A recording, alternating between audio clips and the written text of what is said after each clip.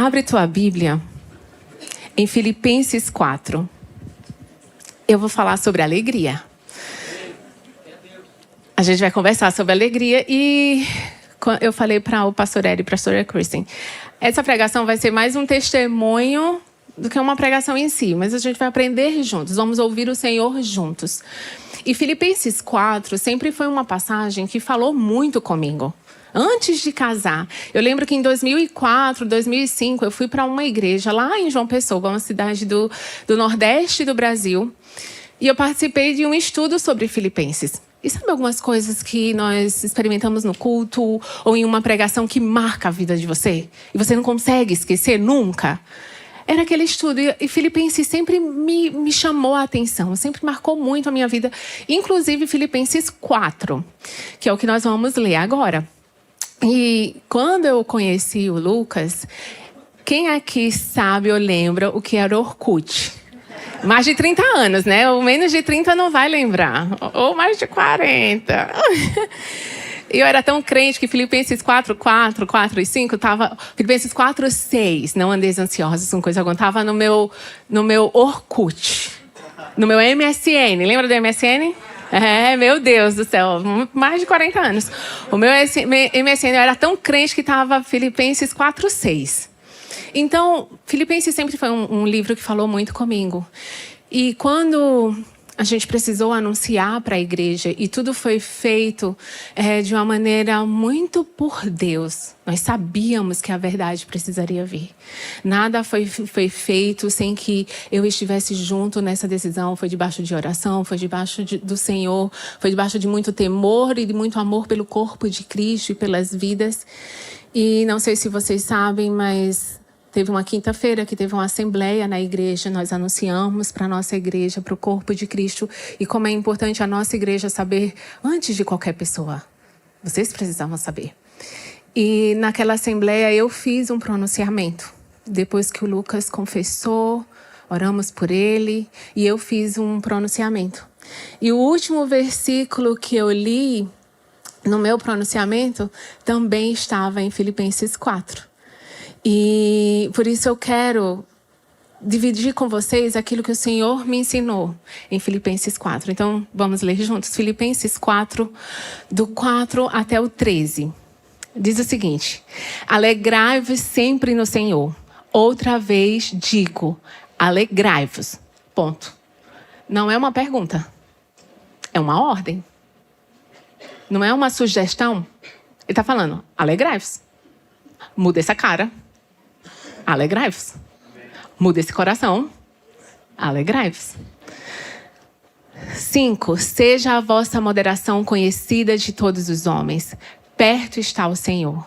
Não andeis ansiosos de coisa alguma. Em tudo, porém, sejam conhecidas diante de Deus as vossas petições pela oração e pela súplica com ações de graça. E a paz de Deus, que excede todo o entendimento, guardará o vosso coração e a vossa mente em Cristo Jesus. Finalmente, irmãos, tudo que é verdadeiro, tudo que é respeitável, tudo que é justo, tudo que é puro, tudo que é amável, tudo que é de boa fama, se alguma virtude há, se algum louvor existe, seja isso que ocupe o vosso pensamento. O que também aprendestes e recebestes e ouvistes e vistes em mim, isso praticai. E o Deus da paz será convosco. Alegrei-me sobremaneira no Senhor, porque agora, uma vez mais, renovastes ao meu favor o vosso cuidado, o qual também já tinhais antes, mas vos faltava oportunidade. Digo isto não por causa da pobreza, porque aprendi a viver contente em toda e qualquer situação. Tanto sei estar humilhado, como também ser honrado. De tudo e em todas as circunstâncias já tenho experiência, tanto de fartura como de fome, assim de abundância como de escassez. Tudo posso naquele que me fortalece. E foi assim que eu terminei o meu pronunciamento. Tudo posso naquele que me fortalece. E quando eu comecei a orar sobre a pregação daqui, o Senhor me falou, tá, dia 24 de outubro, uma semana depois de que tudo aquilo aconteceu, eu estava em João Pessoa, na casa da minha mãe, No dia 26, na verdade, eu estava assistindo o culto da Zion, que o pastor Teófilo estava pregando sobre poda. E eu falando, Senhor, pensa numa poda grande. E depois de uma grande poda, veio o quê? Uma grande colheita. Eu falei, em nome de Jesus, vamos produzir fruto em nome de Jesus. Na minha vida, na vida dos meus filhos, na vida da igreja. Em nome de Jesus, inclusive na vida do Lucas. Que haja fruto em toda essa dor. E naquele domingo eu estava assistindo o culto do pastor Teófilo, estava vendo ali a Zion. E o Senhor me falou, escreve um diário. E eu falei, nossa, é verdade. Eu preciso escrever, até porque hoje em dia, né, com tanto fake news, vai saber o que vão contar. Eu falei, eu preciso escrever para os meus netos, para os meus bisnetos, para a próxima geração, entender o que foi que aconteceu na nossa família. E eu comecei a escrever esse diário e montando a pregação, o Senhor me pediu para eu compartilhar com vocês pequenos trechos do meu diário. Enquanto eu prego, posso? Gente, o apoio já deixou um monte de lenço aqui. Vocês são demais. Mas, ó, eu tô de parabéns. Senhor, obrigada.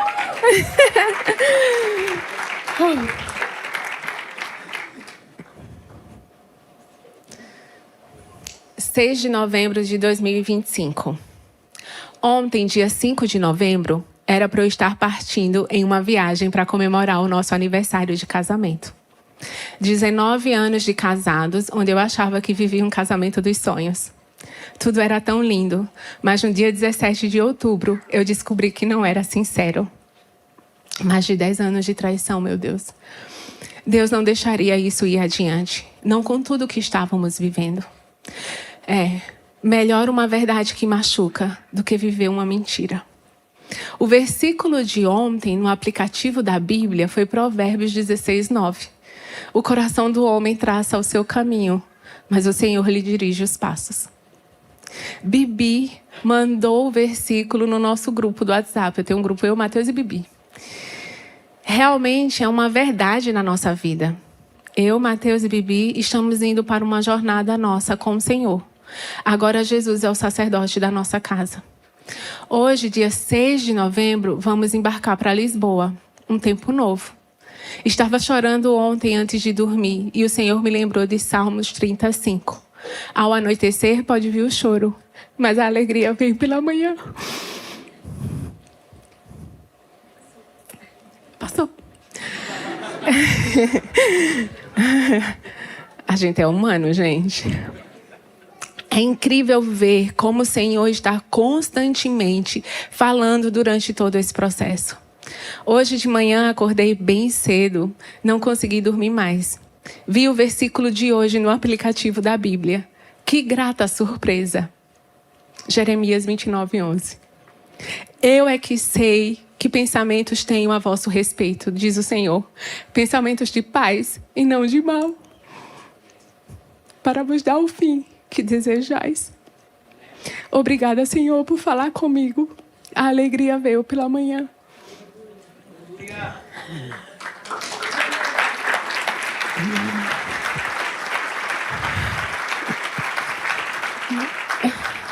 A alegria veio pela manhã não como a solução de todos os problemas. A alegria veio pela manhã porque o Senhor se fez presente no meio da tribulação. E o tema da mensagem de hoje é justamente esse.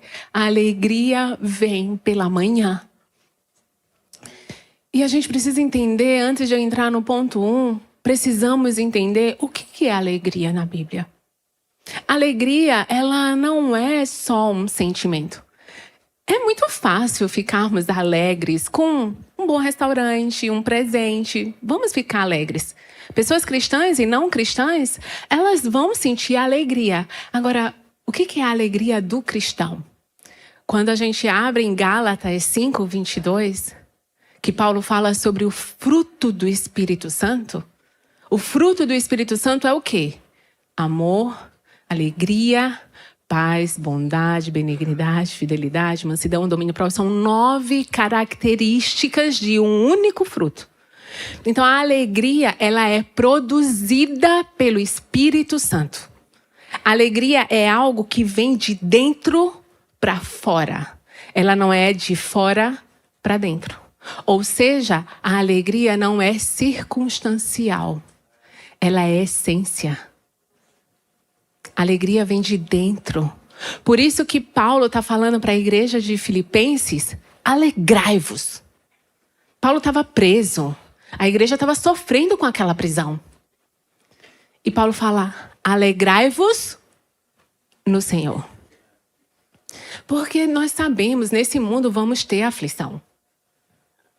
Mas precisamos ter bom ânimo, coragem, porque o Senhor venceu o mundo. Por isso que nós podemos nos alegrar nele. A nossa alegria precisa estar nele.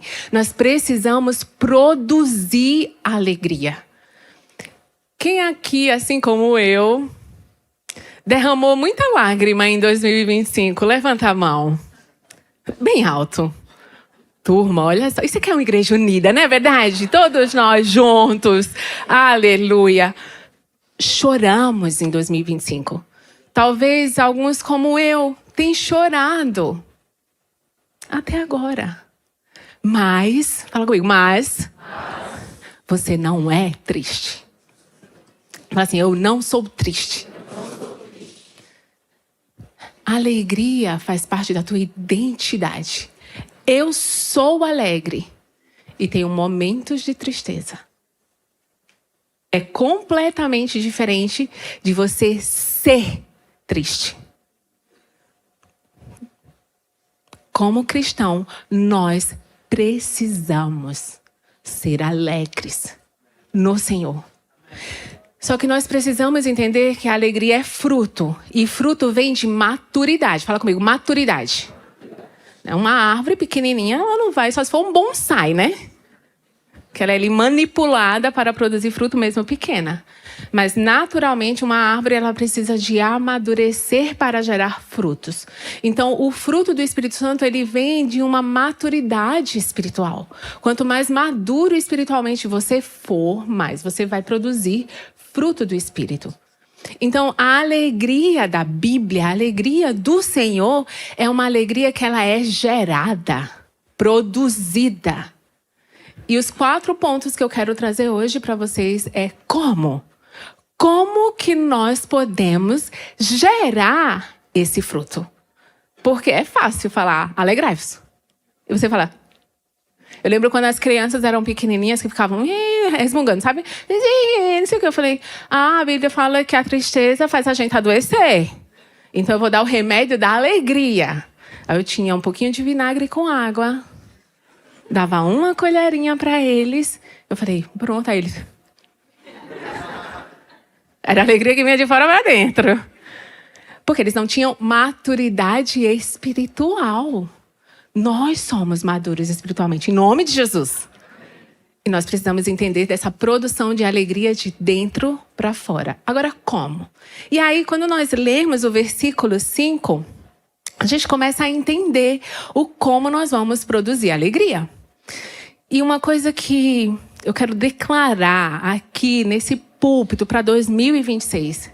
é que em 2026, a Zion vai ser conhecida como a igreja que produz alegria. Em nome de Jesus.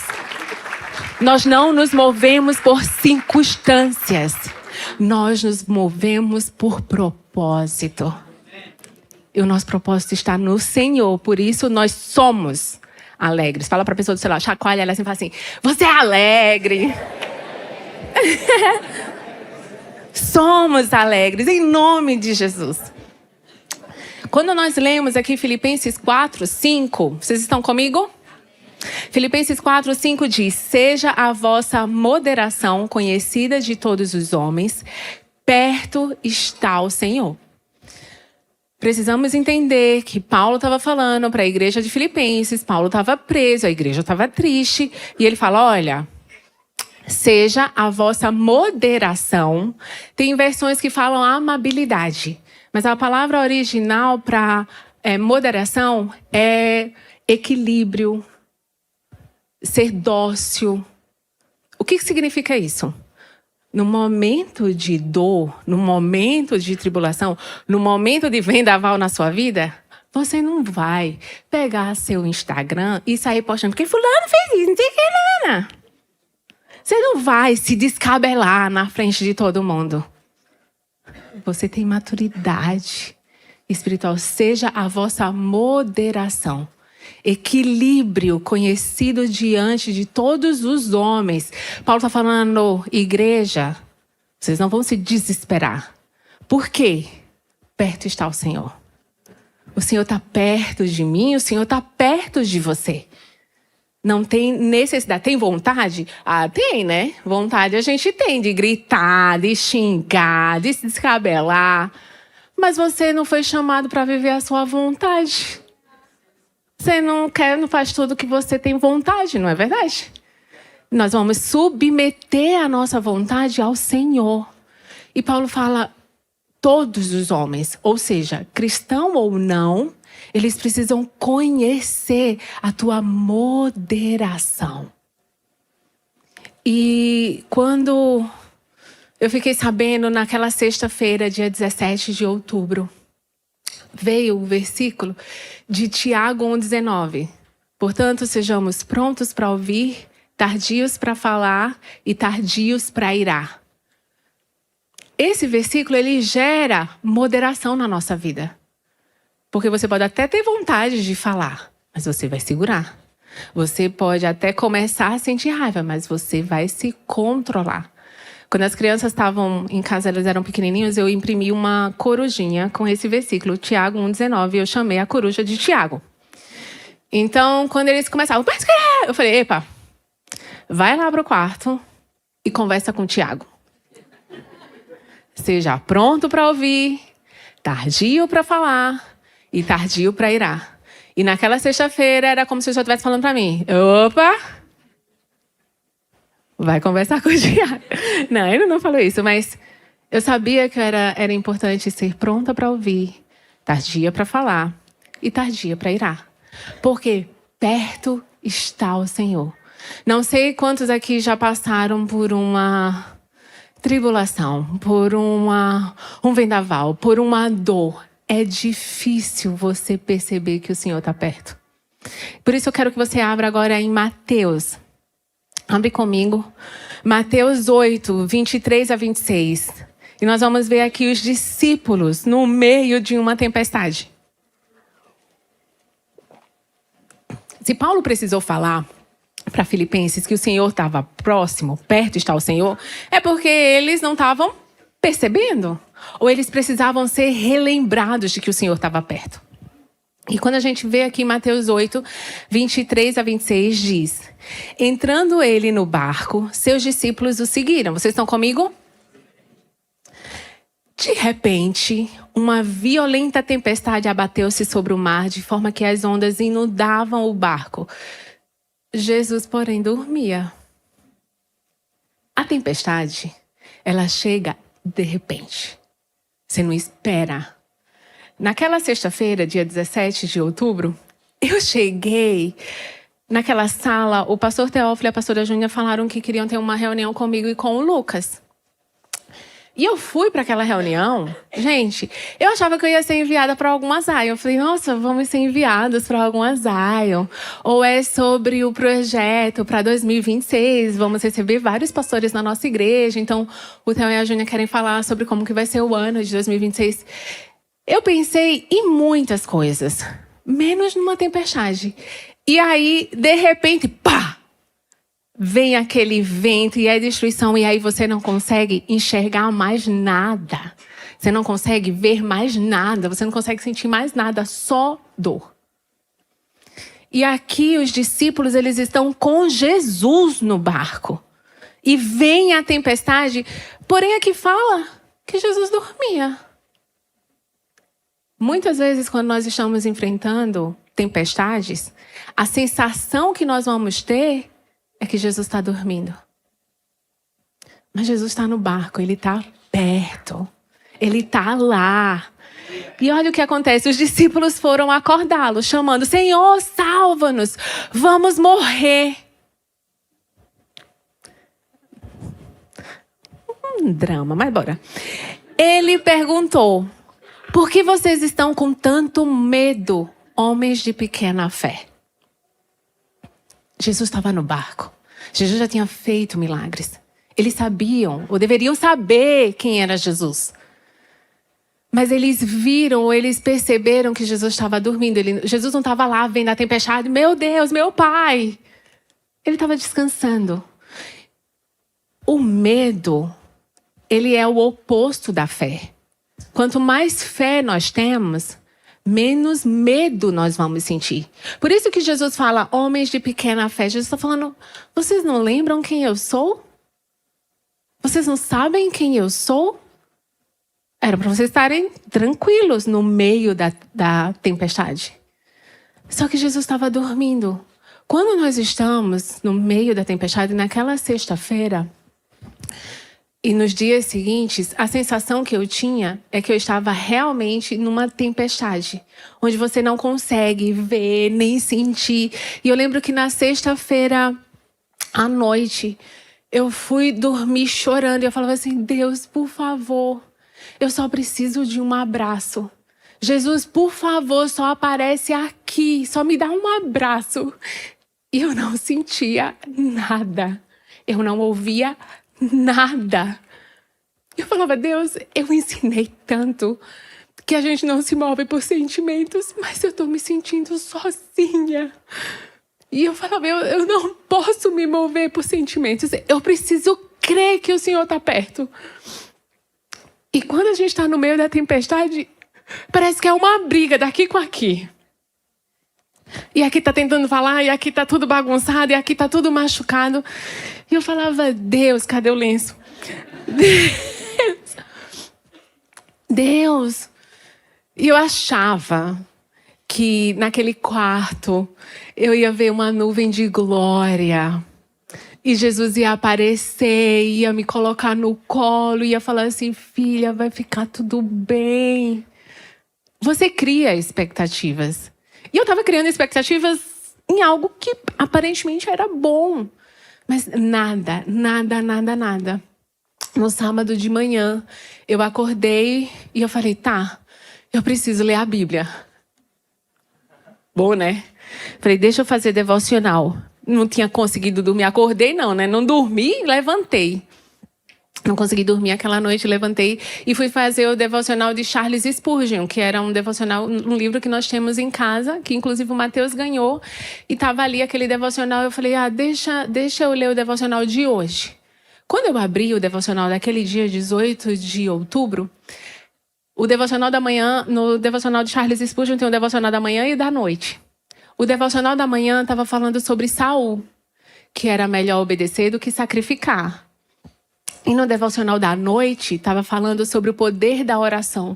E eu falava, Deus, eu quero orar. Eu quero fazer aquelas orações lindas, sabe? De ficar orando e tudo.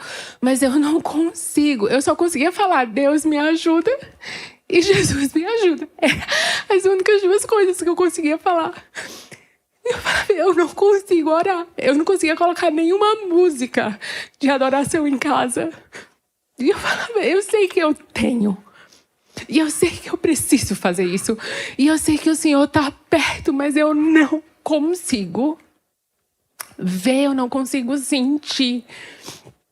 E eu estava terminando de fazer o devocional e nessa minha oração, sei lá do que, com o Senhor, o pastor Eri me manda uma mensagem. E ele me pergunta, Jaque, como que tá? Como que foi a noite? E ele falou, olha, eu estava fazendo devocional agora e o Senhor me falou sobre Saul. Quando ele falou isso, eu falei, Deus, eu tô te ouvindo? Não, sério. Sabe quando você está no meio de uma tempestade, você não consegue mais nem achar Jesus. E o meu medo era dele estar longe. Eu falava assim, o Senhor está longe. O Senhor não está aqui. E quando o pastor Eri falou sobre Saul naquela hora, e ele continuou falando, e foi muito poderoso, mas eu só conseguia me alegrar em saber que Deus estava perto, mesmo chorando. Faz sentido, gente? E aquilo me trouxe alegria. Gerou alegria por saber que o Senhor estava perto. E quando a gente vê os discípulos aqui, eles estavam com Jesus fisicamente no barco. E mesmo assim eles sentiram medo. Então, o medo ele pode vir na nossa vida, mas ele não pode nos dominar. Ele não pode roubar a nossa fé. Por isso que nós precisamos procurar onde Jesus está. Nós precisamos ver onde Jesus está. Então, a tempestade ela chega de repente. Mas o Senhor também chega de repente para nos socorrer. Em pequenos momentos assim, que de repente você percebe, opa, o Senhor está aqui. E Mateus, você não precisa abrir, mas eu tenho algumas passagens aqui que falam sobre o de repente de Jesus. Ou de repente do Senhor. Mateus 28:9 diz, de repente Jesus as encontrou e disse, que é na ressurreição de Cristo. Aquelas mulheres estavam chorando porque Jesus tinha sumido. O corpo de Jesus tinha aparentemente sido roubado. De repente Jesus as encontrou e disse, salve. Elas se aproximaram dele, abraçaram os seus pés e o adoraram. Atos 2:1-2 diz, ao cumprir-se o dia de Pentecostes, estavam todos reunidos no mesmo lugar. De repente veio do céu um som como de um vento impetuoso e encheu toda a casa onde estavam assentados. Atos 16:25-26 diz, por volta da meia-noite, Paulo e Silas oravam e cantavam louvores a Deus e os demais companheiros da prisão escutavam. Isso depois de eles terem apanhado, serem machucados, feridos. Poderiam estar chorando em posição fetal. Não estavam, escolheram adorar. De repente sobreveio tamanho terremoto que sacudiu os alicerces da prisão, abriram-se todas as portas e soltaram as cadeias de todos. Atos 16 foi quando a igreja de Filipe começou. Paulo escreve para Filipenses, e em Filipenses estava Lídia. A jovem liberta do espírito de adivinhação estava ali em Atos 16-18. A família do carcereiro, Atos 16:27-34. E Paulo estava preso. Ele foi preso várias vezes. E a igreja, Paulo está falando para a igreja, alegrem-se no Senhor. Perto está o Senhor. E hoje o Senhor está falando para mim e para você. Alegre-se no Senhor. Perto Ele está de nós. Amém, gente? Nós precisamos ter essa certeza todos os dias da nossa vida. E aí foi quando isso aconteceu no sábado e eu falei, tá bom. Eu preciso ver o Senhor perto. Eu preciso perceber o Senhor perto de nós. Eu contei aqui na palavra de oferta em dezembro. Não sei se alguém estava aqui nesse domingo. E na palavra de oferta eu conto que eu estava saindo de casa no carro com as crianças. E ao sair no carro eu coloco uma música pela primeira vez e toca Firme Fundamento. Que Jesus é o nosso firme fundamento. Que pode vir a tempestade, mas Ele não vai falhar em nos guardar. E aquilo para mim foi de novo o Senhor mostrando, eu estou perto. E nós agradecemos ao Senhor e vem essa alegria sobrenatural na nossa vida. Uma alegria de dentro para fora. E de lá nós fomos para João Pessoa, de João Pessoa nós pegamos o voo em Recife para cá. Quando eu cheguei em Recife, o pastor Veiga, da Zion Recife, foi nos receber, nós almoçamos com ele. E eu tinha dito para as crianças, antes dessa nossa saída de casa, eu falei, olha crianças, o papai ele está indo no processo dele, o Lucas está lá na África no processo dele com o Senhor. E eu falei, agora somos eu e vocês e o Senhor como nosso sacerdote. O papai, ele cuidava de todas as finanças, né? Eu vivia em casa, eu já falei aqui, brincando algumas vezes no workshop de família, nós vivíamos em casa um workshop. O meu marido work e eu shopping. Muito bom. Mulheres recebam. Em nome de Jesus. Só que assim, eu não me preocupava em como pagar as contas, enfim, não tava. O Lucas gostava de fazer isso e estava tudo bem. E eu falei, agora não, agora é a mamãe, o Senhor é o nosso provedor, a Zion tem cuidado de nós assim de uma maneira tão maravilhosa, que eu me sinto tão honrada e tão amada, tão cuidada por eles todos. E eu falei, mas nós precisamos nos organizar. E eu falei para as crianças assim, ó, nós vamos juntar dinheiro para 2 coisas. O Mateus completa 18 anos em abril. Eu falei, Teu, nós vamos juntar dinheiro para a carteira de motorista e nós vamos juntar dinheiro para comprar a nossa casa. Bem igual, né? O valor tá ali. Mas eu falava para eles, olha, se Deus der a carteira de motorista, Deus vai dar a casa. Porque a quantidade é indiferente para o Senhor. O que é o valor de uma casa, o valor de uma carteira, o valor de um carro? Não. Eu falei, se ele der um, ele dá o outro. Amém? Vocês estão aprendendo? Amém. Aí fomos para Recife, o pastor Veiga foi almoçar conosco e o Veiga falou assim, ô Mateus, quantos anos você tem? Aí o Mateus, tio, eu tenho 17. Ele, quanto que você faz 18? Aí o Mateus fala, eu faço 18 em abril. Ele, o tio vai te dar a tua carteira de motorista. O Veiga agora tá devendo, tá todo mundo sabendo.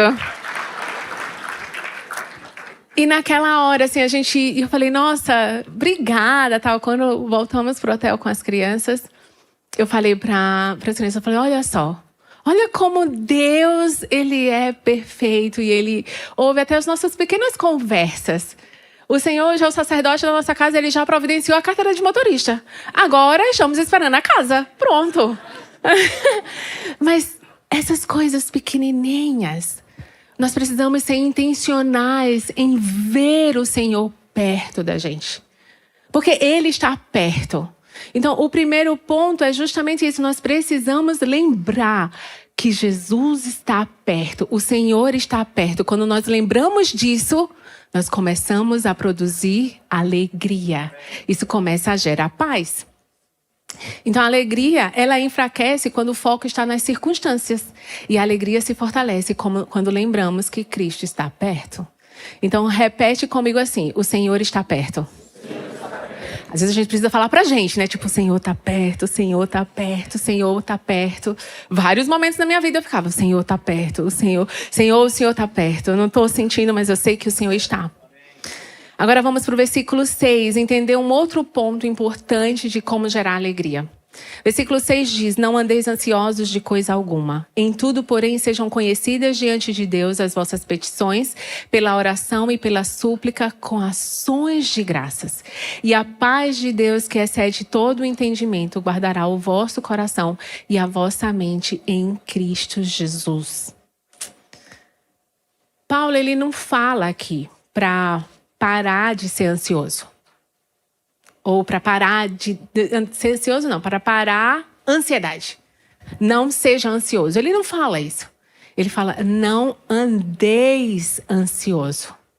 E não só Paulo fala isso, mas Jesus também nos ensina a não andarmos ansiosos. Então, abre tua Bíblia agora em Mateus 6, 25 a 34. E aqui, Mateus 6, Jesus ele vai nos ensinar do porquê nós não precisamos e nós não devemos andar ansiosos e para onde nós temos a solução para a ansiedade. Mateus 6, 25 a 34. Por isso vos digo, não andeis ansiosos pela vossa vida, quanto ao que haveis de comer ou beber, nem pelo vosso corpo, quanto ao que haveis de vestir. Não é a vida mais importante que o alimento? E o corpo mais importante que as vestes? Até aqui. Jesus, ele fala, não andeis ansiosos também. Então, você pode até ter ansiedade, mas você não é uma pessoa ansiosa, em nome de Jesus. Como eu falei antes, eu posso ter momentos de tristeza, mas eu não sou triste. É a mesma coisa que o Senhor está falando aqui. Não andes, não carregue a identidade de ansiedade com você. E quando a gente continua lendo Mateus 6, Jesus fala, olha para os lírios do campo. Olha para as aves do céu. E eu acho isso lindo demais, porque ele não manda olhar para frente. Porque na frente eu encontro meus amiguinhos. Aí eu comparo. Aí eu falo, ai Senhor, essa pessoa nem buscava tanto o Senhor e tem tudo isso. Eu morro de buscar e não tenho. Sabe assim, eu Ele não manda você olhar para frente. Ele manda você olhar para o lírio do campo. Por quê? Você veio do pó da terra. Ele te fez. Ele manda você olhar para as aves do céu. Quem está no céu? O nosso Deus Todo-Poderoso. E ele fala, olha para quem te fez. Olha para aquele que está sentado no alto e sublime trono, que é dono de todo o ouro e de toda a prata. Quando você alinha os teus olhos, a ansiedade começa a diminuir, porque você começa a perder o controle. Ansiedade nada mais é do que você querer controlar algo que você não consegue. É tentar resolver um problema que você não consegue. É imaginar como vai ser uma reunião que você não sabe. É tentar resolver a vida do outro, que você não tem capacidade nem de contar, manter os cabelos na sua cabeça, não é verdade? Você não consegue nada. Você não consegue controlar nem o seu corpo. Então nós precisamos entregar a nossa ansiedade ao Senhor. Entregar o nosso controle ao Senhor. E isso vai diminuindo a nossa ansiedade. E quando nós lemos em Filipenses 4, 6, Paulo fala, não andeis ansiosos, porém você tem que fazer o quê? Apresente ao Senhor as suas petições, as suas orações, com petições e súplicas. Agora tem um segredo, dando graças a Deus, tá? E ações de graças, não tá na Bíblia de vocês? O que significa isso? Tá bom, Senhor, eu vou trocar a minha ansiedade por gratidão. Eu preciso encontrar motivos de gratidão no meio da minha petição. E quando nós estamos passando por uma tempestade, a tendência é os nossos olhos olharem para o que a tempestade está destruindo. Mas nós precisamos olhar para aquilo que o Senhor está protegendo. Na tempestade, a tendência é a gente olhar para o que está sendo destruído. Mas precisamos enxergar o que o Senhor está mantendo, o que o Senhor está protegendo, o que o Senhor está guardando, o que o Senhor está construindo. E quando nós conseguimos enxergar isso, isso gera gratidão no nosso coração. E isso vai trazer o que Paulo chama da paz que excede todo o entendimento. Você conhece alguém que tem paz e é triste? Não, se você tem paz, você automaticamente produz alegria. É a mesma coisa de você não ter paz. Você tira a paz, você coloca tristeza. Vocês estão comigo? Então, gerar motivos de alegria no meio de uma tempestade é fácil, gente? Te prometo que não. Mas quando nós estávamos ali no meio daquela tempestade, que o Senhor me lembrou de Filipenses 4, 6. Não andem ansiosos. Por quê? Porque eu comecei a pensar, meu Deus, tá bom, o que vai ser? Como que vai ser esse processo? Quanto tempo vai durar? E os meus filhos? E as crianças da igreja? E os adolescentes? E os jovens? E você começa a pensar, e aquela ansiedade, ela começa a vir. E aí eu lembrei, não, eu preciso suplicar com ações de graças. Então o que eu posso agradecer? E eu comecei a agradecer. Comecei a agradecer que o Senhor nos fez enxergar aquilo antes de a gente descobrir, talvez por redes sociais. Imagina a dor que seria de nós descobrirmos, porque o Teófilo chamou o Lucas numa sala, porque tinha um vídeo dele parado em uma boate. Eu não estou nas redes sociais, mas óbvio que eu sei que devem ter falado um monte de coisas. Mas ele estava parado numa boate. E ali naquela conversa o Teófilo confrontou o que um pastor estava fazendo naquele lugar. E ali o Lucas contou que realmente tinha ido lá. E ele confessou e o Teófilo começou a perguntar, e o que mais? E eu lembro que quando o Teófilo perguntou assim, Lucas, você traiu sua esposa? Eu tinha certeza que o Lucas ia dizer que não. Porque ele era um homem temente a Deus.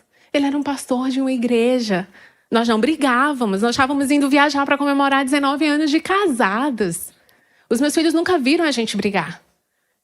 Então eu tinha certeza que ele ia falar que não. E daí ele fala que sim. E cada coisa que ele ia contando era como se meu coração fosse se quebrando cada vez mais. Até que eu olhei e eu falei assim, meu Deus, o Lucas ia pro inferno. Eu ia chegar um dia no céu com as crianças e eu não ia encontrar um pastor que fez tanta coisa boa, mas que não tinha o seu coração alinhado com o Senhor. Estava em um pecado profundo. E naquela hora, eu comecei a falar, Deus, eu sei que é a coisa mais difícil que nós estávamos passando, mas é melhor uma verdade que dói, que liberta, do que uma pessoa ficar aprisionada no pecado o resto da vida. E eu falei, Deus, o Lucas estava indo para o inferno, mas agora ele está tendo a oportunidade de confessar o seu pecado. E a Bíblia fala que é aquele que confessa e deixa, alcança misericórdia. E a nossa oração é que ele confessou, que ele deixe e seja alcançado pela misericórdia do Senhor. E naquela hora eu comecei a agradecer. Eu falei, Deus, obrigada porque o Senhor trouxe essa verdade. Obrigada porque ele estava indo para o inferno e agora ele tem a oportunidade de ter um novo nascimento de novo. E ter um encontro com o Senhor. Obrigada porque os meus filhos já são adolescentes. Eles já têm certa maturidade para aguentar tudo isso. Obrigada porque a Jaqueline de mais de 10 anos atrás com certeza não ia aguentar esse baque agora, mas o Senhor me fortaleceu todos esses anos. O Senhor tem sido a rocha forte nos meus pés e na minha casa, porque eu sabia que o Senhor não ia permitir, com tudo aquilo que a gente estava vivendo. Quando eu descobri, eu falei, é lógico que isso ia aparecer. Deus não ia permitir isso ir adiante. E obrigada, Senhor, porque eu fui pego de surpresa, o Eri foi pego de surpresa, a Júnia, o Theo, todos nós fomos pegos de surpresa, mas o Senhor não. O Senhor não foi. O Senhor conhece tudo e todos. E isso gera gratidão, e a gratidão gera alegria e paz. Eu não sei como que vai ser daqui para frente.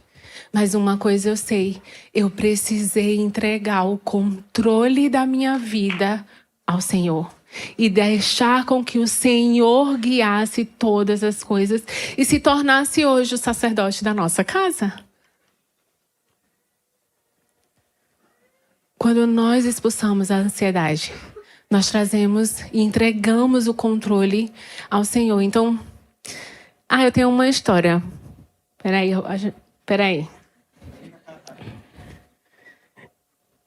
Quando eu cheguei em João Pessoa, antes de partir para o próximo ponto, eu quero falar sobre controle. Quando eu cheguei em João Pessoa, eu estava nesse lugar, obviamente ansiosa, com tudo que estava acontecendo, sem saber. Eu tinha saído da minha casa rápido, porque eu falei, Theo, a gente vai anunciar na sexta-feira de manhã. Eu só queria uma coisa, eu não queria estar em São Paulo quando saísse esse anúncio. Ele falou, concordo com você. E aí fomos para João Pessoa, ficar na casa da minha mãe. Cheguei lá dia 24 de outubro, no dia do aniversário da minha mãe. E ela me acolheu com muito amor.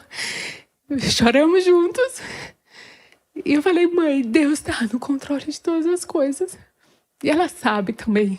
E ela falou, filha, eu conheço uma fisioterapeuta aqui em João Pessoa que ela faz umas massagens muito boas.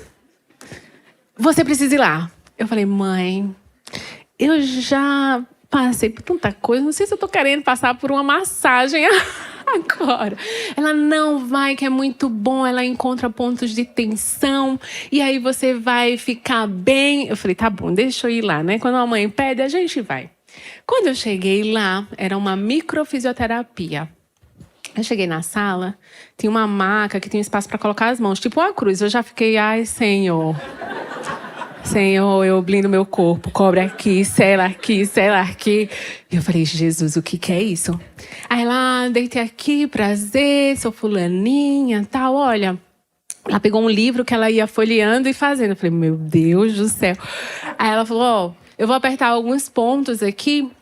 E aí eu vou soltando esses nós, que é de tensão, de dor, porque nós sabemos que o corpo absorve muita coisa, e isso gera algumas doenças no futuro, então nós vamos soltando esses nós agora.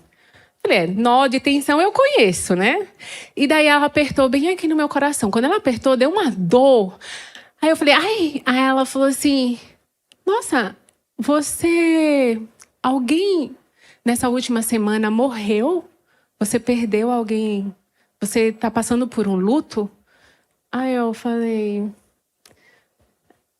faz sentido. Vejo que és profeta. Eu falei, você fez o curso de sobrenatural, né? Aí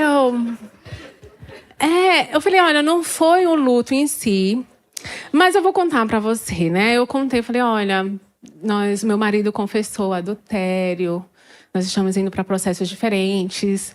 Tem uma dor, obviamente, porque o homem que eu achava que existia, ele morreu. Então, acho que é isso que morreu, né? Em nome de Jesus, vai ressuscitar um novo homem.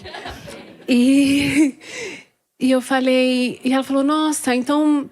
Entendi. Então, deixa eu liberar alguns outros pontos. E daí, ela começou a apertar aqui meu queixo. Ela apertava com força. E ela, não tá doendo? Eu falei, não tá doendo. Ela, não tá doendo? Aí eu falei, não. Ela, não, mas você tem certeza que não tá doendo? Eu falei, moça, vai doer agora, tanto que você tá apertando.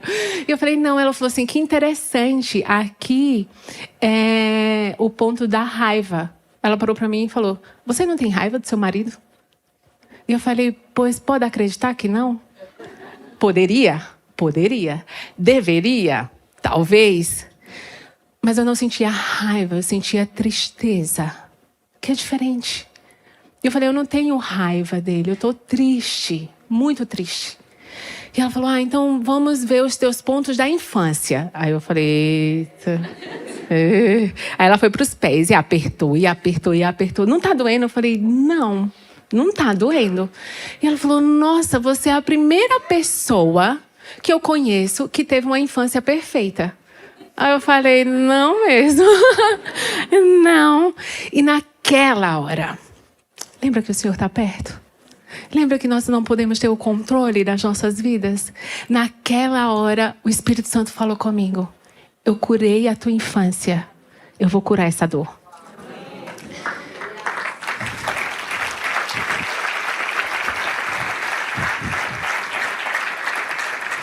E eu falei, moça, eu já entendi, já posso ir embora.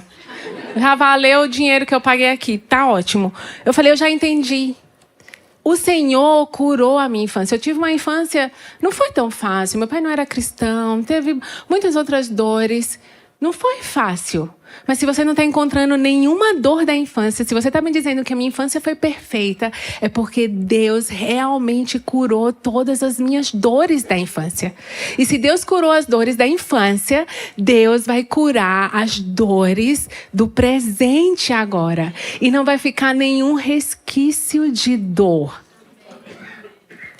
E ali eu entendi, Senhor, eu não posso ter controle, não adianta andar ansiosa, porque o Senhor tem o teu processo no teu tempo. E o Senhor vai fazer. E aí minha mãe falou, não quer mandar Mateus 1000? Eu falei, não precisa mais não.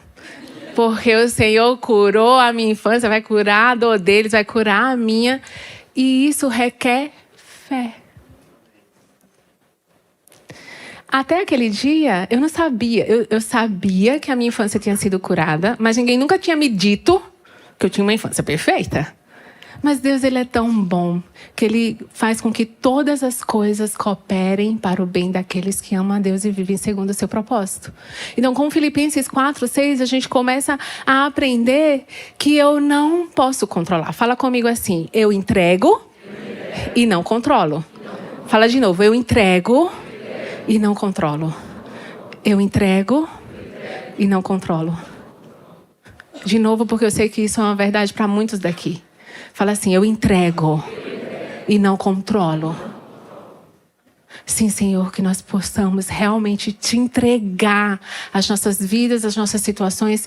Que nós possamos realmente entregar ao Senhor e abrir mão do controle. Porque o Senhor é bom e o Senhor cuida das nossas vidas. Em nome de Jesus. Amém. Versículo 8, vamos entender mais um ponto de como gerar alegria. Concorda comigo que quando nós entregamos e não controlamos, isso gera alegria? Com certeza, porque você perde a responsabilidade de fazer com que tudo aconteça na hora certa.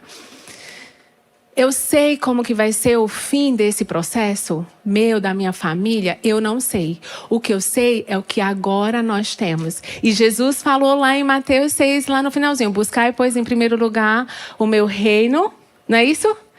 E aí ele fala, a minha justiça e todas as outras coisas vos serão acrescentadas. E ali ele termina, basta cada dia o seu mal. Isso é uma arma contra a ansiedade. Calma, baixa cada dia seu mal. E a Bíblia fala, quando você entrega isso com orações e graça, a paz de Deus, que excede todo o entendimento, guarda o nosso coração e a nossa mente. E aí eu venho para o versículo 8. Finalmente, irmãos, tudo que for verdadeiro, tudo que for nobre, tudo que for correto, tudo que for puro, tudo que for amável, tudo que for de boa fama, se houver algo de excelência ou digno de louvor, pensem nessas coisas. Precisamos ter cuidado com 3 vozes que falam conosco. A nossa voz, a voz do Senhor e a voz de Satanás. Mas nesse meu processo, sabe qual foi a pior voz? A voz do Senhor é sempre ótima. Mas a nossa voz, a voz da Jaqueline, ela pode te sabotar. A tua própria voz, ela pode te roubar a paz. Por isso que nós precisamos cuidar da mente.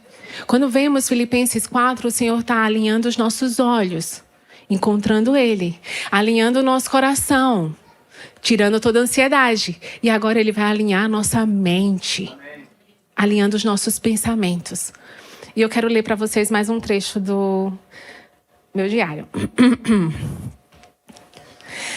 Na terça-feira, depois da reunião do presbitério, eu segui para uma sessão de cura interior. Para vocês entenderem, na sexta nós descobrimos, né, no sábado e no domingo, estivemos em oração, eu com o pastor Theo, a pastora Júnia, entendendo como que nós íamos fazer tudo isso. Na terça-feira foi a reunião com o presbitério da Zion, para contar para eles. O Lucas confessar, na quinta-feira ele ia confessar para toda a igreja. Depois da reunião do presbitério, eu segui para uma sessão de cura interior. Quem consegue entender que precisava, né?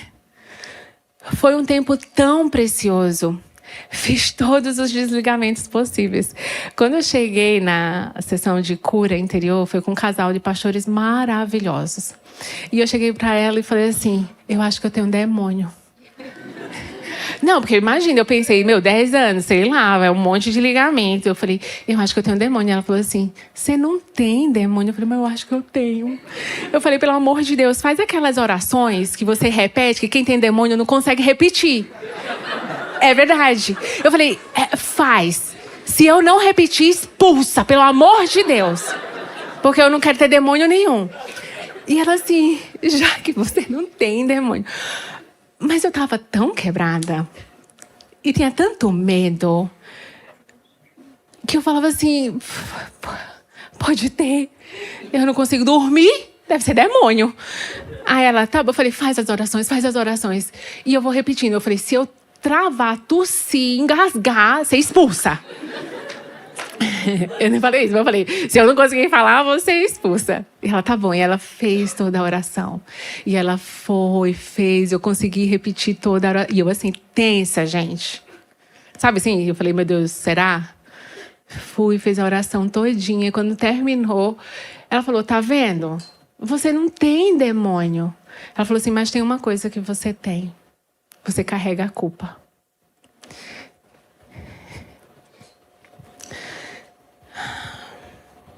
Recebi oração com óleo da unção, oramos pelo meu corpo, mente, e foi pedido para o Senhor tirar toda a culpa e peso que eu carregava. Sim, eu me sentia culpada. Ficava pensando onde foi que eu errei, o que eu não vi, não fiz ou fiz de errado. Mas aí entendi que eu não tinha culpa. E Jesus trocou o fardo que eu carregava pelo fardo dele. Senti a forte presença de Deus e fui para casa. Orei pelas crianças antes de dormirmos. Ungi Mateus e Bibi mais uma vez com o óleo da unção. Orei por suas mentes, corpinhos e também fiz declarações sobre a vida deles. Quando eu me deitei, já eram 2 horas da manhã. Orei e pedi a Jesus para dormir comigo ali, para Ele me fazer companhia.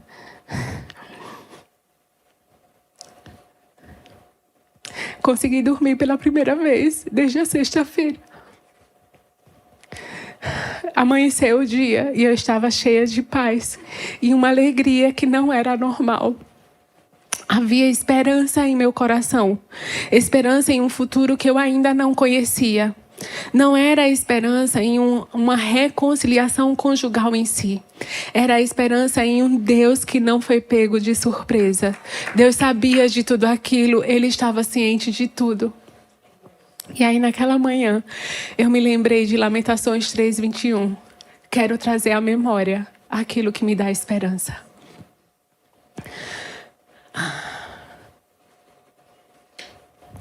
Às vezes pode parecer que Jesus está dormindo. Mas a gente precisa crer que Ele está conosco.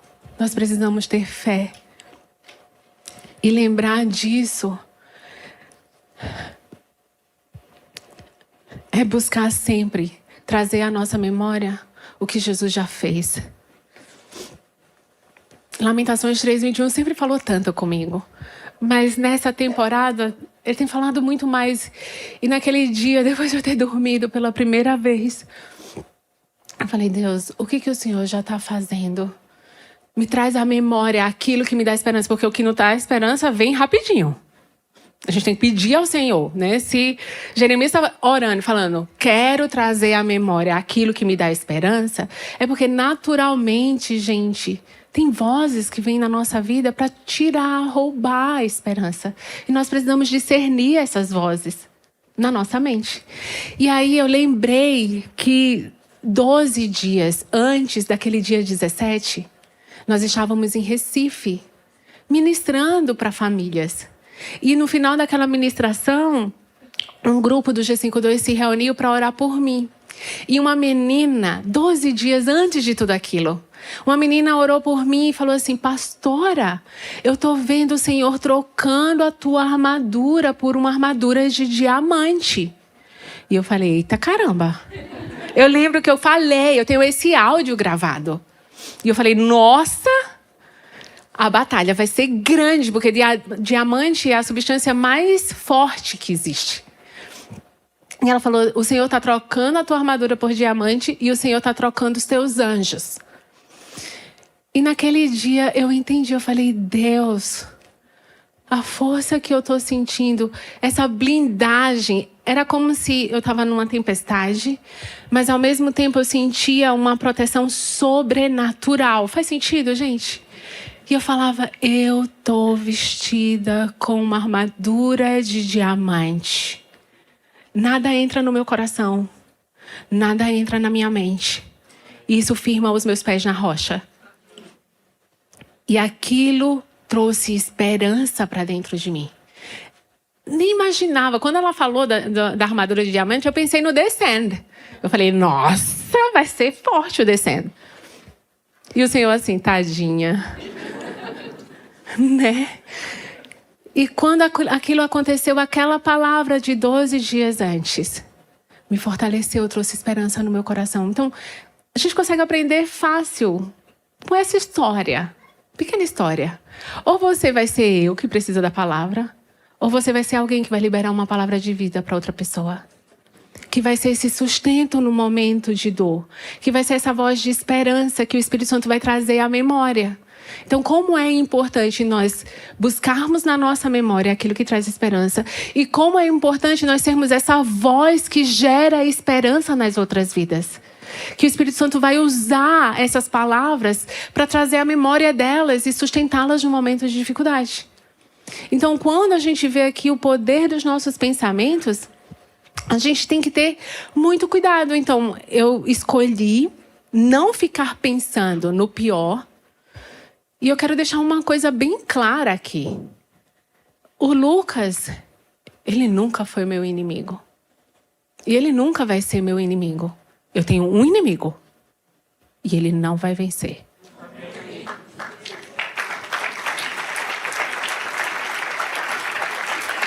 A nossa luta não é contra a carne nem sangue. É contra principados e potestades. Satanás é meu inimigo. E aqui não, Satanás. Nós precisamos ter essa consciência na nossa vida. Nós precisamos entender quem nós somos, a situação que nós estamos vivendo e as batalhas que nós vamos enfrentar na nossa mente. Por isso que nós temos o capacete da salvação, que protege a nossa mente, com o entendimento de que o Senhor nos salvou. Nós precisamos olhar para Ele, ver o que Ele está fazendo, sentir o que Ele está produzindo e guardar a nossa mente com pensamentos dEle. Amém, gente? Então, quando nós entendemos isso, nós entendemos que a nossa mente é um campo de esperança. E não de desesperança, de dor, de frustração. Então, fala comigo, é o meu terceiro ponto. Fala assim, minha mente é campo de esperança. Bora lá, põe a mão na cabeça. E fala, minha mente é campo de esperança. Isso gera alegria. Quando nós escolhemos. E eu tanto escolho não pensar no pior, como também eu escolho não fantasiar um futuro. Sei do futuro? Não sei. Não sei nem dia de amanhã. Agora, quando nós entendemos que o Senhor está no controle, não há pressa para o processo do Senhor. Não tenho pressa para aquilo que o Senhor vai fazer na nossa família. Uma coisa eu sei, que hoje somos eu, Mateus e Bibi e o Senhor. Como que vai ser amanhã? Não sei. Mas na minha boca eu não vou declarar nada que não venha do Senhor. O que eu declaro é que Deus é bom, que Ele é poderoso. Deus, Ele é um Deus que restaura vidas. Deus é um Deus que nos leva para a eternidade. Então a minha vida não é só aqui. A minha vida é para a eternidade. Deus tem planos e projetos para a minha vida, para a nossa vida hoje. Deus tem planos e projetos para Zion hoje. E isso gera esperança porque eu preciso obedecer hoje. Eu preciso agir hoje, porque basta cada dia seu mal. Então, o terceiro ponto que gera alegria é justamente isso. A minha mente é campo de esperança. E o nosso último ponto está no último versículo. Tudo posso naquele que me fortalece. No sábado, no dia 18, na sexta-feira, quando a gente soube, no sábado, dia 18, uma pessoa muito próxima, uma pessoa que eu amo muito na Zion, ela me escreveu e falou assim, pastora, eu não sei o que está acontecendo. Eu não faço ideia do que está acontecendo, mas eu só quero te lembrar o significado do seu nome. Jaqueline significa aquela que supera. E eu falei, nossa, aquilo para mim foi um bálsamo. O Senhor falando de novo, sabe assim? O Senhor mostrando que está perto. Eu falei, nossa, verdade, meu nome significa aquela que supera. Eu vou superar. Vai ficar tudo bem, é isso, eu preciso me segurar nisso. E durante esses meses aqui, eu entendi que eu não vou superar por conta do meu nome. Mas Filipenses 4... no versículo que a gente acabou de ler, fala, tudo posso, 13, tudo posso naquele que me fortalece. Posso não é você declarar, tudo posso, então eu posso ter um carro BMW, então eu declaro um BMW na minha vida. Não é isso não é bíblico. O que tudo posso, que Paulo está falando aqui, é de tudo suporto. Ele está falando, eu aguento fome, eu aguento humilhação, tudo posso naquele que me fortalece. Tudo suporto naquele que me fortalece. Tudo supero naquele que me fortalece. E isso gera alegria.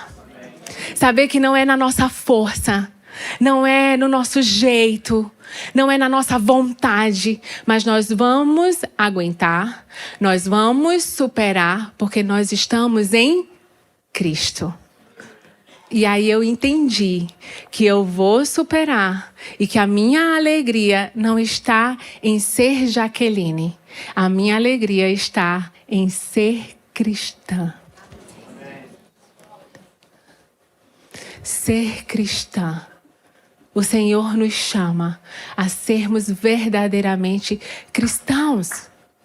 Genuinamente. E quando você lê em Salmos 35, e eu li no comecinho do meu testemunho, que a tristeza pode durar uma noite, mas que a alegria vem pela manhã. Eu sempre conheci esse versículo, sempre falava sobre esse versículo, mas durante essa temporada eu entendi uma coisa. Quando a gente lá lê em Gênesis 1, e nós lemos, quem que está no plano bíblico da Zion? Muito bom. Quando nós lemos lá, pouca gente levantou a mão, hein, turma? Quando a gente lê lá em Gênesis 1, que a Bíblia fala, e Deus disse, haja luz. As trevas nada mais são do que a ausência de luz. E aí a Bíblia fala que Deus disse para que a escuridão se chamaria noite e a luz se chamaria dia. E aí a gente vai e olha e fala assim, tá, a tristeza pode durar uma noite, pode. Mas a alegria vem pela manhã. O primeiro livro da Bíblia, com o primeiro capítulo da Bíblia, fala sobre essa luz que vem e dissipa as trevas. E aí você vai para o último livro da Bíblia, Apocalipse 22.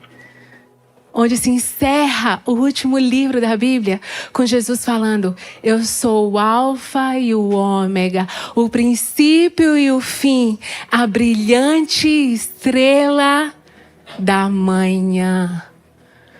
Jesus, ele não é o sol do meio-dia. Ele é aquele que dissipa as trevas. É aquele que vem na nossa vida e faz aquilo que está te matando. Ele gera vida. Esse é o nosso Senhor. Nós vamos superar. Nós vamos produzir alegria. Não porque não teremos nenhum problema em 2026. Mas porque nós somos cristãos.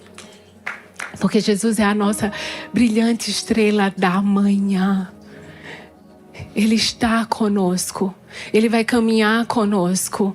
Ele está perto. Ele vai trazer palavras para guardar a nossa mente e guardar o nosso coração. E se você entende hoje o poder de ser cristão, eu te convido a ficar de pé.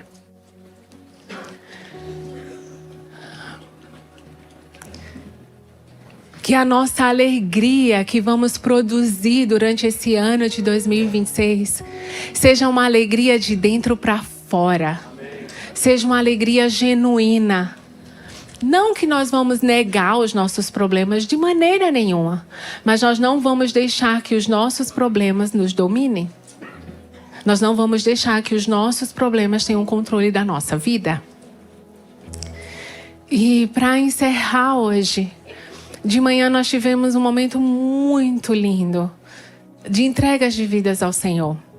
Mas antes de fazer essa oração, eu sinto, assim, no espírito, que existe ainda muita batalha de mente. Eu sei que a Kristen orou durante a ceia aqui.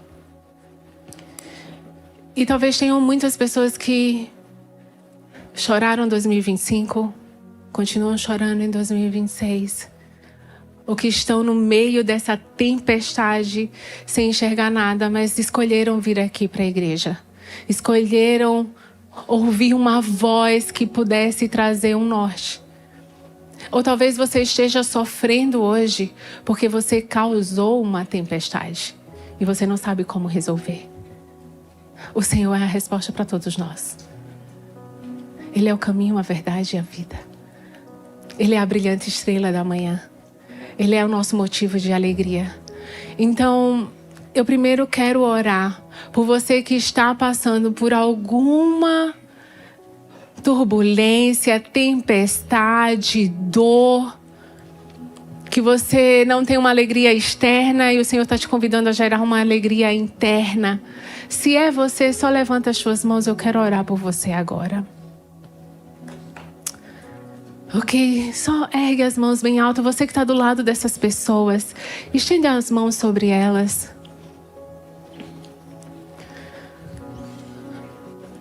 Oh Senhor, oh Deus, obrigada por esse dia. Obrigada, Jesus, porque o Senhor alinhou os nossos olhos hoje para Ti. Obrigada, Pai, porque nós sabemos que as tempestades da vida, Elas não determinam a nossa identidade, mas elas constroem histórias de testemunho. Eu peço agora, Senhor, que o Senhor construa testemunhos do Teu agir sobre essas vidas. Pai, eu peço agora que o Senhor se faça presente em cada mente, em cada coração, em cada lar aqui representado. Pai, eu peço que no meio dessas tempestades, eles possam encontrar o Senhor. Porque a Tua palavra diz, perto está o Senhor, e eu sei que o Senhor está perto. Senhor, eu apresento agora esses corações diante de Ti. Tira a ansiedade. Eu te peço por essas mentes, traz à memória aquilo que dá esperança. E que eles possam estar firmados na rocha que é Cristo. Senhor, eu te peço que eles não desistam.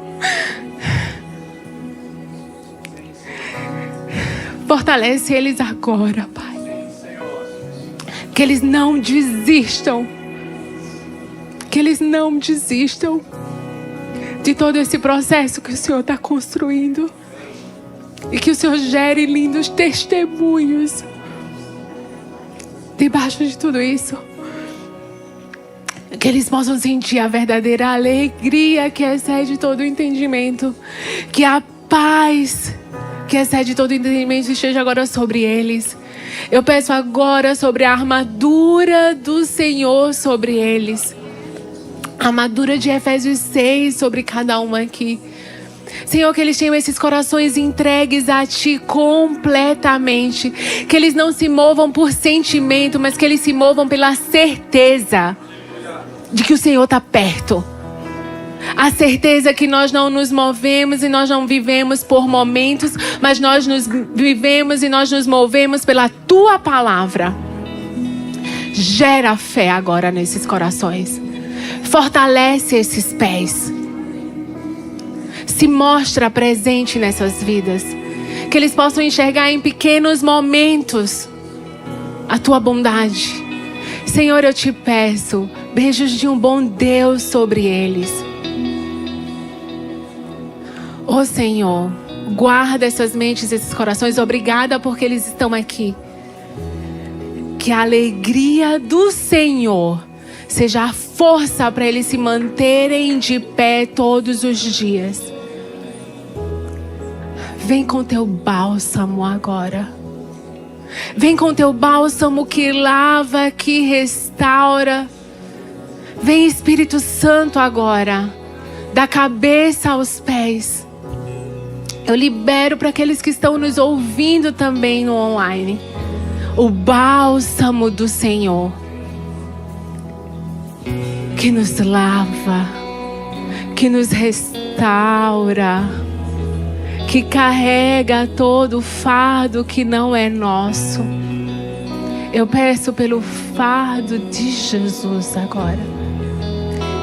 E se há entre eles alguém que está chorando de arrependimento das dores causadas, Pai, se já houve o confessar de pecados, eu peço que o Senhor quebre agora toda a culpa em nome de Jesus. Que eles possam se reerguer mais fortes e firmes, odiando o pecado e amando o Senhor. Que eles façam o inferno tremer, porque nunca mais o inferno vai ter essas vidas. Senhor, nós temos um inimigo e ele não vai vencer. Fortalece essas vidas agora. Eu declaro testemunho no meio da dor. Em nome de Jesus. Amém. Amém.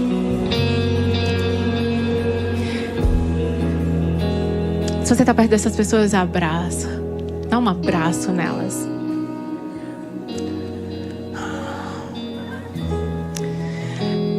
E agora eu quero orar por você, que talvez entrou aqui e não conhecia Jesus.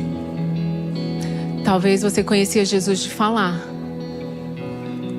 E hoje você entende que você precisa de um novo nascimento. Hoje de manhã nós tivemos 17 vidas. Casais vindo aqui na frente. E foi tão lindo ver o Senhor restaurar vidas, reconstruir histórias.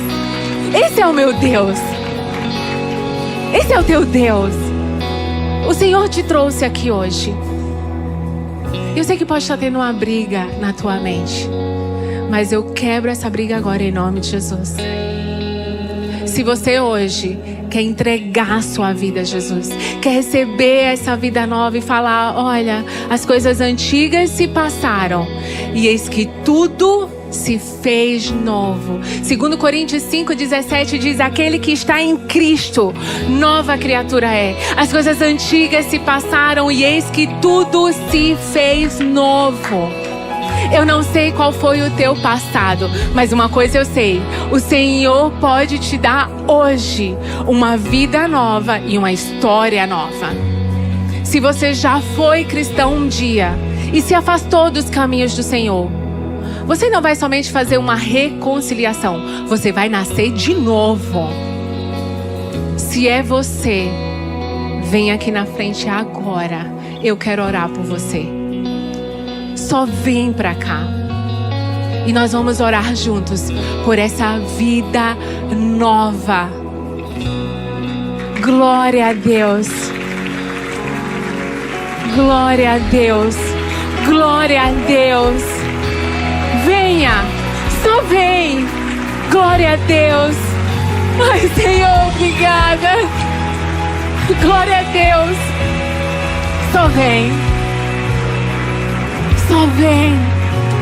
Jesus tem uma história nova. Jesus tem um tempo novo. Vem. Eu sei que tem mais.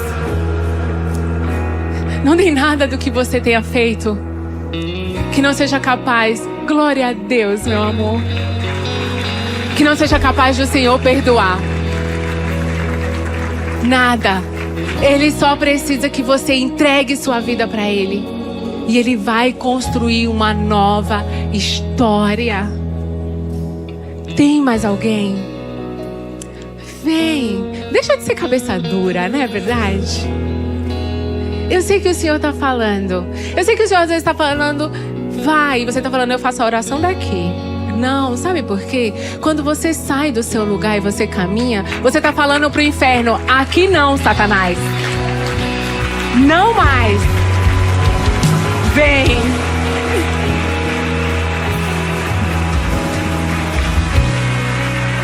Não mais. Não mais. Glória a Deus. Glória a Deus. Glória a Deus. Oh, Senhor.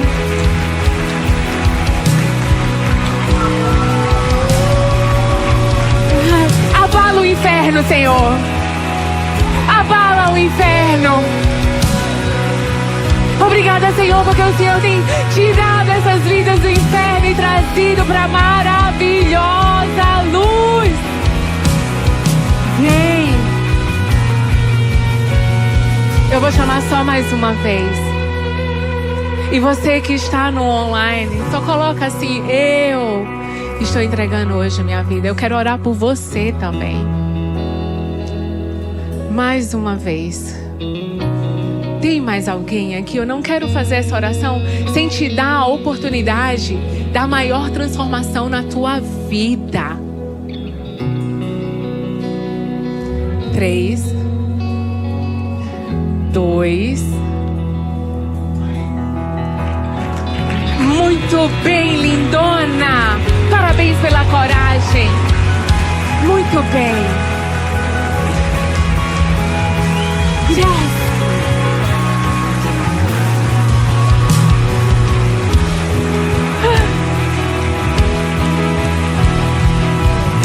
Agora, a Bíblia diz que hoje está tendo festa no céu. Agora eu quero que vocês olhem para mim. Todos vocês que estão aqui na frente, olha para mim. Olha para mim, meu amor. Olha para mim. Jesus não está prometendo uma vida fácil. Prazer, meu nome é Jaqueline. Não. Jesus, ele falou, nesse mundo, vocês vão ter aflições. E quando você se converte, tem um alvo gigante nas suas costas, assim, pro Satanás. Só que junto, quando você entrega a sua vida pro Senhor, vem anjos guardar. Vem o Espírito Santo caminhar junto com vocês. E aí você vai conseguir encontrar alegria mesmo no meio da dor. Só que a palavra de Deus diz que aquele que confessa e deixa alcança a misericórdia. E se confessarmos os nossos pecados, Ele é fiel e justo para nos perdoar e nos purificar. O que isso significa? Nós todos vamos entrar como testemunha. Eu estou olhando o rostinho de vocês. E nós todos vamos entrar como testemunhas do dia que vocês entregaram a vida de vocês ao Senhor e receberam essa vida nova. E quando mentiras vierem na mente de vocês, nós como igreja estaremos aqui e vamos falar assim, como é seu nome? Mateus, que nome lindo. Sabe o que significa Mateus? Presente de Deus. Mateus, quando se vier... Não quando, se vier uma dúvida do teu chamado, nós estaremos aqui todos juntos e vamos falar, Mateus, eu estava lá no dia que você entregou sua vida para o Senhor. Você é um homem novo, com uma nova identidade. Você é um presente de Deus. Não só para a tua casa, você é um presente de Deus para o corpo de Cristo. Se você carrega essa identidade, agora você vai ser Mateus, o cristão. Assim como vocês estão recebendo hoje um novo nome, uma nova identidade. Por isso vocês vão verbalizar e nós vamos entrar como testemunhas. Eu vou falar uma oração e vocês vão repetir comigo. Estão preparados? Estão conscientes do que vocês estão fazendo? Eu posso te garantir, diante de Deus que está aqui, que a vida do cristão nem sempre é fácil, mas ela é incrível. Ela é incrível, porque nunca nós vamos estar sozinhos. Então fala comigo assim, repete bem alto, fala assim, querido Deus, hoje eu reconheço Jesus Cristo como meu Salvador. Eu creio e confesso com a minha boca que Jesus Cristo viveu, morreu e ressuscitou para que eu tivesse vida. Eu recebo hoje vida nova. As coisas antigas se passaram e eu creio que tudo se fez novo. Escreve o meu nome no livro da vida. E eu recebo agora o Espírito Santo para caminhar comigo, para falar comigo e me ajudar nessa nova caminhada. Obrigada, Senhor, pelo teu amor. Em nome de Jesus. Amém, amém, amém. Dá uma salva de palmas. Vocês que estão aqui, abracem essa. Minha vontade é abraçar todos eles. Dá um abraço nessas vidas novas.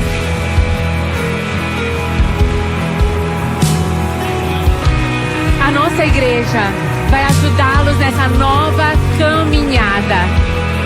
E vocês que estão aqui, essa alegria, ela só pode ser produzida pelo Senhor. É só Ele. É só Ele que pode trazer essa alegria. Então nós não vamos nos abalar. E nós vamos cantar agora isso. Nós não nos abalaremos, porque nós estamos firmados naquele que conhece todas as coisas e nunca é pego de surpresa. Vamos adorar o Senhor.